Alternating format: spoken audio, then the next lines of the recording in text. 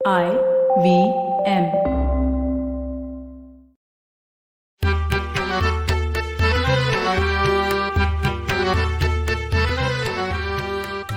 नमस्कार मंडळी, मी डॉक्टर राजीव आणि मी माणिक. मंडळी, मराठी खिडकीतून या IVMच्या पॉडकास्टमध्ये आपण नववर्षाचं 2022चं स्वागत करूया. मराठी खिडकीतून तुम्हा साऱ्यांना नववर्षाच्या हार्दिक शुभेच्छा. आणि टीव्हीवर बघ, नेहमी मोती साबणाची जाहिरात दाखवली जाते आणि दिवाळीतल्या आंघोळीचा संदर्भही दिला जातो. दिवाळीतली ती पहाटे केलेली आंघोळ, अभ्यंग स्नान मला लहानपणात घेऊन जातं. हो रे, भल्या पहाटे उठवून नरक चतुर्दशीला आई आधी तेल मग फुटणं लावून गरम गरम पाण्याने आंघोळ घालायची. त्या गरम पाण्याच्या शेकानं सगळं अंग अगदी प्रफुल्लित व्हायचं. बाहेरून फटाक्याचे आवाज येत असायचे. थोरली बहीण किंवा भाऊ फुलबाजी फिरवीत आपल्या भोवती फिरक्या घेत आपली आंघोळ साजरी करायची. दिवाळी म्हटली ना की जसा दिवाळीचा फराळ, दिवाळीतला किल्ला, फटाके हे सगळं आठवतं, तसंच हे पहाटे केलेलं सुगंधी स्नानही आठवतं. आपल्या संस्कृतीत स्नानाला खूप महत्व आहेच की. कुठलाही धार्मिक विधी सुस्नात होऊनच करायची रीत आहे. आंघोळ न करता, म्हणजे पारोशानं, कोणी देवपूजा करत नाही. अंघोळ ही अगदी तान्हेपणापासूनची आपली सखी आहे. तान्ह्या बाळाला सुद्धा आंघोळ घालताना त्याला आंघोळ घालणारी तिच्या पसरलेल्या पायांवर बाळा पालथं घालून आंघोळ घालत असे आणि बुडुश्या असं म्हणत चोळून चोळून ती आंघोळ घालायची. आणि ते बाळ बहुतेक वेळा रडत राहायचं. तानं बाळ हसत हसत आंघोळ करून घेतंय असं क्वचितच होतं. म्हणजे प्रत्येकाच्या आयुष्यात आंघोळ ही रडत रडतच येते. का कोण जाणे, पण बाळांना आणि शिवाय लहानपणी कोणालाच आंघोळ हा फारसा प्रिय विषय नसतो. आंघोळ न करता, केली नाही असं न म्हणता, मी आंघोळीची गोळी घेतली असं म्हणतात ना. मला तर लहानपणी औषधाची जशी गोळी असते ना, तशी आंघोळीची गोळी असते असंच वाटायचं. आंघोळीची गोळी, वा. त्यातनं मुलींना, बायकांना डोक्यावर मोठे लांब केस असतात. रोज डोक्यावरनं आंघोळ करणं जमत नाही. बहुतेक रविवारी न्हायचा दिवस असायचा. पूर्वी शिककाई भिजत ठेवून मग केसांना लावली जायची. आता काय वेगवेगळे शॅम्पू मिळतात, हेअर ड्रायरनी केस सहज वाळवले जातात. पूर्वी पंचानी कितीतरी वेळ केस पुसत पुसत राहावं लागायचं ते वाळण्यासाठी. न्हायलेल्या ओल्या केसांच्या मुलींची, स्त्रियांची कितीतरी वर्णनं कथा कादंबऱ्यात आणि काव्यात असतात. सुरेश भटांची किती सुंदर कविता आहे. जेव्हा तू नाहशील दर्पणात पाहशील तेव्हा. पुरे लगेच शृंगार रसात प्रवेश नको. पण आपल्या संस्कृतीत स्नान ही व्यक्तिगत बाबच मानली गेली आहे. का नाही, म्हणजे कुंभमेळ्याला गंगा नदीत किंवा गोदावरी नदीत शेकडो हजारो लोक एकाच वेळी स्नान करत असतात की. सगळी वाराणसी किंवा नाशिक नगरी स्नानमय होऊन जाते. त्यातनं वेगवेगळे संत महंत, त्यांचं शाही स्नान, ही सगळी सार्वजनिक स्नानच असतात. हो, पण तो एक धार्मिक विधी असतो. पण आपल्या हिंदू संस्कृतीत सार्वजनिक स्नानगृह असा फारसा प्रकार नसतो. हो, सार्वजनिक स्नानगृह ही रोमन लोकांनी बांधली. खरं तर रोमन लोकांनी सार्वजनिक स्नानगृहांची कल्पना ग्रीक लोकांकडनं घेतली. ग्रीक संस्कृतीत सार्वजनिक स्नानगृहांमध्ये टब असत अंघोळीसाठी, असे उल्लेख आहेत. हो, नुसते उल्लेखच नाहीत, तर त्या भोवती आख्यायिका देखील आहेत. आता एरिस्टॉटल हा थोर ग्रीक तत्ववेत्ता, प्लुटोचा पट्टशिष्य, तो सार्वजनिक स्नानगृहातल्या टब मध्ये आंघोळ करत असताना त्याला पाण्यात बुडलेल्या वस्तूचं वजन कमी होतं आणि ते त्या वस्तूंनी बाजूला सारलेल्या पाण्याच्या वजना इतकं असतं, हा शोध लागला. आणि अत्यानंदानं युरेका युरेका असं ओरडत विवस्त्र अवस्थेतच तो रस्त्यावर आला, अशी आख्यायिका तर आपण शाळेत असल्यापासनं आपल्या विज्ञानशास्त्राच्या पुस्तकात वाचत आलो आहोत की. आणि हीच सार्वजनिक स्नानगृहांची ग्रीक लोकांची पद्धत रोमन लोकांनी उचलली बरं का. रोमन साम्राज्याचा विस्तार जिथं जिथं झाला त्या त्या देशात तिथल्या शहरात सार्वजनिक स्नानगृह बांधली गेली. हो, त्यामुळे रोम प्रमाणित लंडन आणि पॅरिसमध्ये सुद्धा सार्वजनिक स्नानगृह दिसतात. लंडन जवळ बाथ इथे, फ्रान्समध्ये आयकस, जर्मनीत आचेन, ऑस्ट्रेलियामध्ये बाडेन किंवा हंगेरीमध्ये अकिंकम इथेही सार्वजनिक स्नानगृह आहेत. ज्या सरकदारांकडे स्वतःच्या प्रासादात स्नानगृह असत तरी देखील ते आवर्जून सार्वजनिक स्नानगृहात जात आणि बरोबर गुलामांनाही घेऊन जात. त्यामुळे या स्नानगृहात 3 प्रवेशद्वार असत, एक पुरुषांसाठी, एक स्त्रियांसाठी आणि एक गुलामांसाठी. हो, ही स्नानगृह हळूहळू सांस्कृतिक केंद्र होत गेली. तिथे वाचनालय देखील असत. तिथे लोक शिळोप्याच्या गप्पा मारत, तसंच व्यवहाराच्या व्यापारातील सौद्यांचाही समावेश असे. अरे, माहेर मासिक आहे ना, त्याच्या यंदाच्या दिवाळी अंकात सुमेधा कुलकर्णी यांनी रोमन बाथवर माहितीपूर्ण लेख लिहिलाय.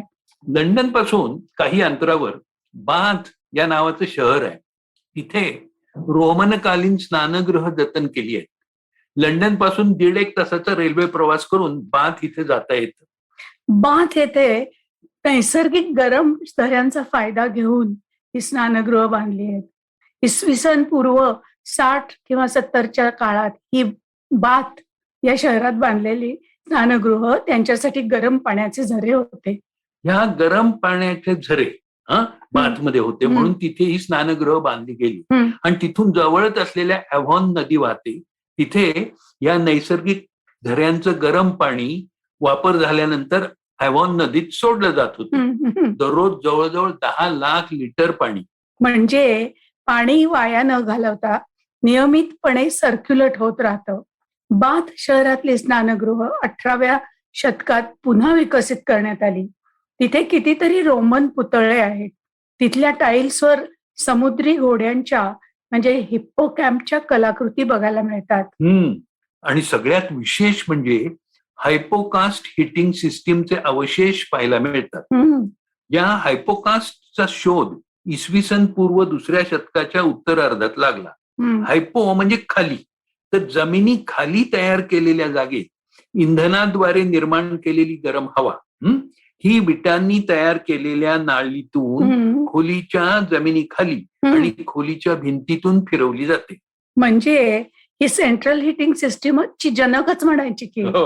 आधुनिक स्पा मध्ये मात्र गरम हवेचा वापर करण्यात येतो. या बाथ शहरामध्ये आणखीन एक वैशिष्ट्यपूर्ण चर्च आहे बरं का. ते बाथ ॲबे या नावाने ओळखलं जातं. या चर्चच्या बाहेरच्या बाजूला असे शिडीवर चढून जाणारे देवदूत दिसतात.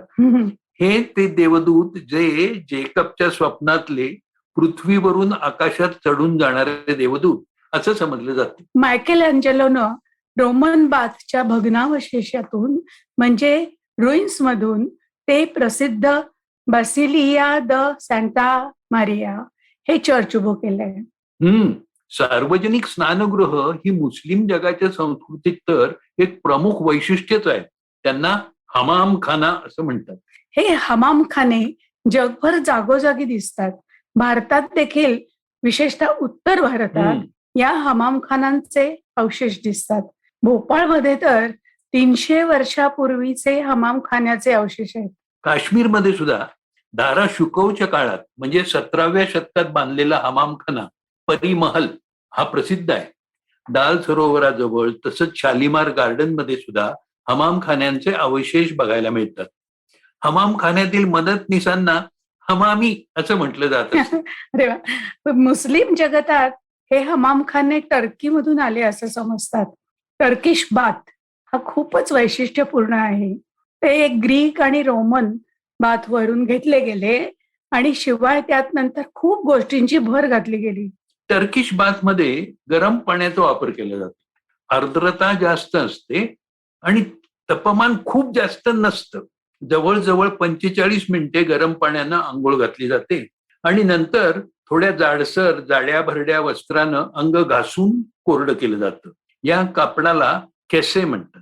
त्यामुळे कातडीची सूक्ष्म रंध्र मोकळी होतात. अरे, टर्किश बाथ सारखंच रशियन बाथ, मोरोक्कन बाथ हे वेगवेगळे हमामखाने आहेत.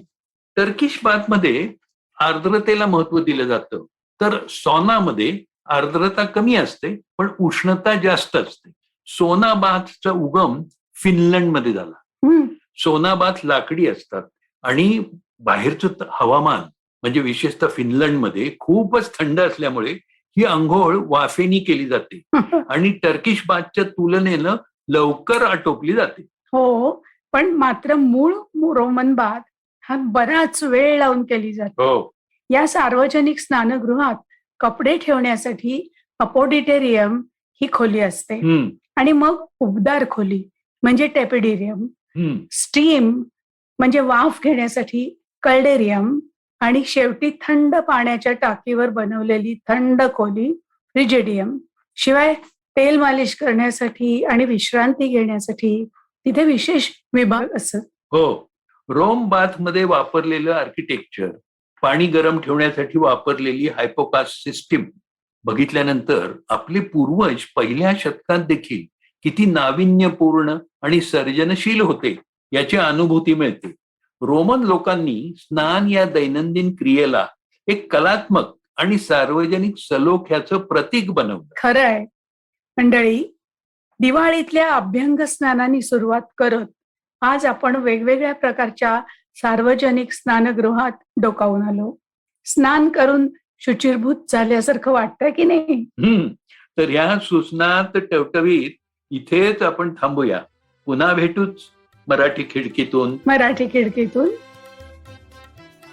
तुम्हाला मराठी खिडकीतून हा आमचा पॉडकास्ट आवडला असेल ना, तर तुम्ही आम्हाला फेसबुकवर जरूर सांगा आणि तसंच तुमच्या नातेवाईकांना, मित्रमंडळींनाही जरूर ऐकायला सांगा. काय, पुन्हा भेटूया गुरुवारी मराठी खिडकीतून, फक्त IVM पॉडकास्ट.